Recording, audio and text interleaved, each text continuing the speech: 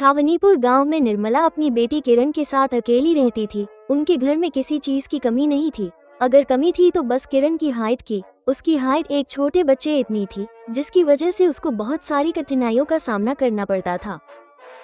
उसको college life में सब कम हाइट की वजह से चिढ़ाते थे, लेकिन वो बहुत भोली थी, जिससे वो किसी को भी पलट के जवाब नहीं देती थी। एक दिन निर्मला और किरण एक शादी में जाते हैं। वहां पहुंचकर एक औरत निर्मला से कहती है, निर्मला, आप कैसी हैं? बहुत दिनों बाद मिली हूँ आपसे। हाँ बहन जी, अच्छी हूँ। आप बताइए, आप कैसी हैं? मैं भी बहुत बढ़िया हूँ। वैसे आपकी बेटी किधर है?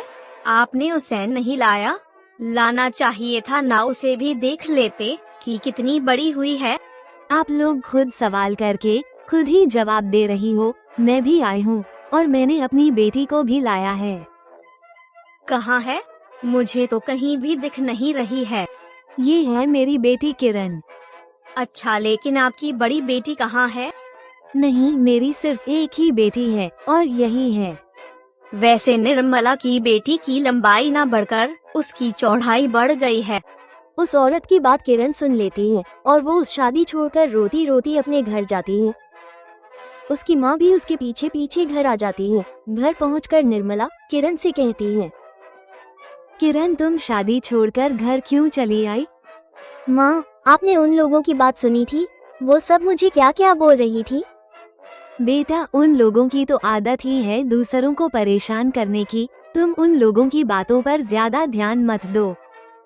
पर माँ, पर कुछ नहीं, तुम थक गई होगी, इसलिए जाकर सो जाओ। निर्मला किसी तरह किरण को मना लेती है।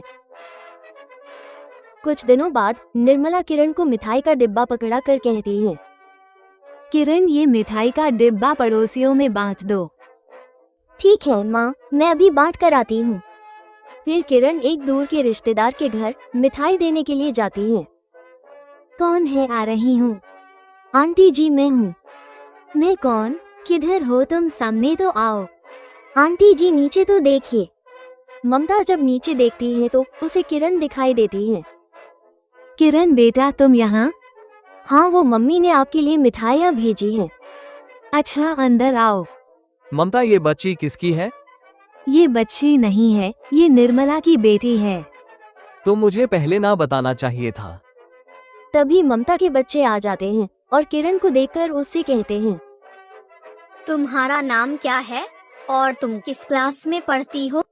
उस बच्ची की बात सुनकर किरण को बहुत बुरा लगता है और वो किसी को बिना जवाब दिए वहाँ से चली जाती है और एक पार्क में जाकर बैठ जाती है। उस पार्क में एक लड़का भी था जिसका नाम समीर था।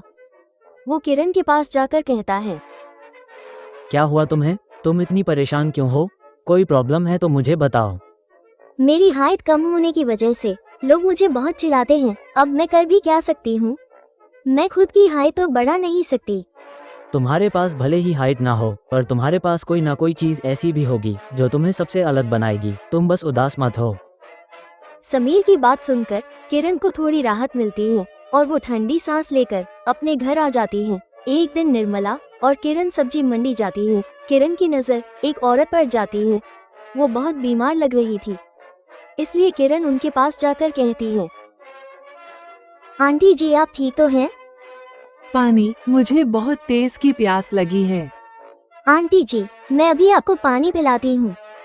फिर किरण शीला को पानी पिलाकर एक जगह बिठा देती है।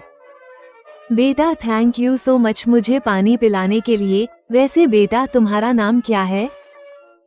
आंटी जी, मेरा नाम किरण है। तभी समीर भी आ जाता है। फिर शीला समीर को सारी बात बताती है। सारी बात सुनकर समीर बहुत खुश हो जाता है और वो दोनों किरण का शुक्रिया अदा करके वहाँ से चले जाते हैं। कुछ दिन बाद शीला निर्मला के घर आती है। अरे शीला बहन, आप यहाँ कैसे? मैं यहाँ एक खास मकसद से आई हूँ। मुझे आपकी बेटी किरण बहुत पसंद है। मैं उसे अपने घर की बहू बनाना चाहती हूँ। सच में? मुझे तो यकीन ही नहीं हो रहा है कि आप मेरे घर मेरी बेटी का हाथ मांगने के लिए आए हैं। आपको कोई प्रॉब्लम तो नहीं है ना?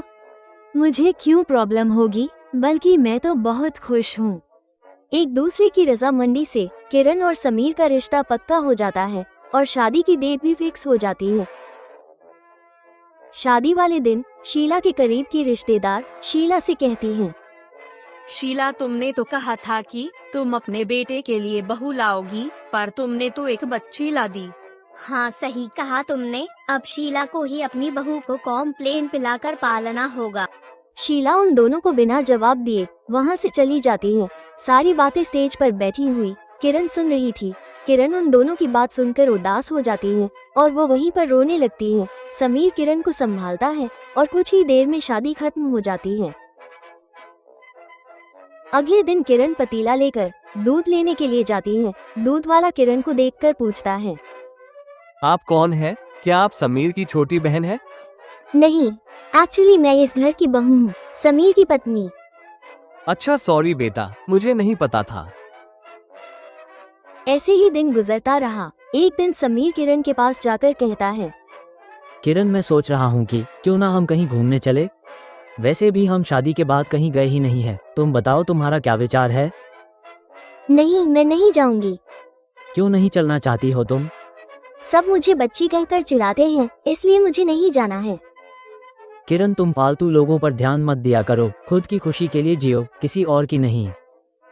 समीर की बात सुनकर किरण राजी हो जाती है और दोनों एक कैफे में पहुंचते हैं। वो दोनों बातें कर ही रहे थे कि तभी उसी वक्त समीर का दोस्त उसके पास आता है। समीर भाई, कैसे हो तुम? मैं तो अच्छा हूँ, तुम बताओ। मैं भी अच्छा हूँ। वैसे पता चला कि तुमने शादी कर ली है, और तुम्हारी वाइफ किधर है? और ये बच्ची कौन है? कहीं तुम्हारी वाइफ की पहले किसी और से तो शादी नहीं हो चुकी है? बस भी कर दो, लगातार बोले जा रहे हो तुम। यही है मेरी पत्नी किरण। सॉरी भाई, मेरे मुंह में जो आया मैंने बोल दिया। मुझे सच में नहीं पता था कि ये तुम्हारी पत्नी है। फिर समीर और किरण घर वापस आ जाते हैं। किरण कमरे में बैठकर रोने लगती है। उसे रोता देखकर समीर और शीला भी कमरे में पहुंचते हैं। बेटा, तुम रो क्यों रही हो? तुम दोनों तो कैफे न गए थे, तो फिर क्या हुआ? माँ, मैं आपको बताता हूँ ये क्यों रो रही है। फिर समीर शीला को सारी बात बताता है। सारी बात सुनकर शीला को भी बहुत बुरा लगता है और वो किरण से कहती है, बेटा, तुम लोगों की बातों को नजरअंदाज किया करो। उन लोगों की तो आदत ही है, किसी में अगर थोड़ी सी भी कमी हो तो उसे बड़ा चढ़ाकर दूसरों को बताते हैं। प्लीज तुम उन लोगों की बातों पर ध्यान मत दो। माँ सही कह रही है, उन लोगों की तो आदत ही है बातें बनाना। अगर तुम उन लोगों की बातों पर ध्यान दोगी तो अपनी जिंदगी में कभी भी आगे नहीं बढ़ पाओगी। किरण समीर और शीला की बात मान जाती है और अपनी सच्चाई अपना लेती है। और अब किरण को किसी की बातों का कोई फर्क नहीं पड़ता, क्योंकि उसके परिवार वाले जो उसके साथ थे